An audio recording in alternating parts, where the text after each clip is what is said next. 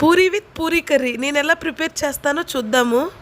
ఈ వీడియోలో అయితే పూరీ కర్రీ ఎలా ప్రిపేర్ చేయాలో చూద్దాము. మేమైతే పూరీ కర్రీ అంటాము, మీరు ఏ పేరైనా పెట్టుకోండి.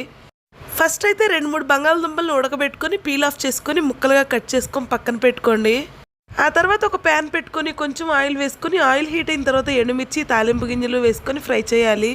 అవి ఫ్రై అయిన తర్వాత సన్నగా కట్ చేసుకున్న ఉల్లిపాయ ముక్కలు, టేస్ట్కి తగ్గట్టు ఉప్పు, కొంచెం పసుపు యాడ్ చేసుకొని ఫ్రై చేయాలి. ఉల్లిపాయ ముక్కలు లైట్గా ఫ్రై అయిన తర్వాత కొంచెం వాటర్ యాడ్ చేసుకొని ఉడికించుకోండి.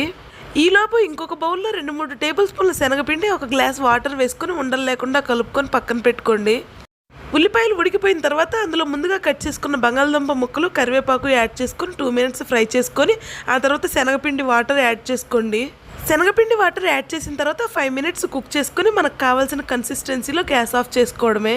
మీరైతే ఉల్లిపాయలతో పాటే పచ్చిమిర్చి యాడ్ చేసుకోండి. నేనైతే పిల్లల కోసం పచ్చిమిర్చి వేయలేదు.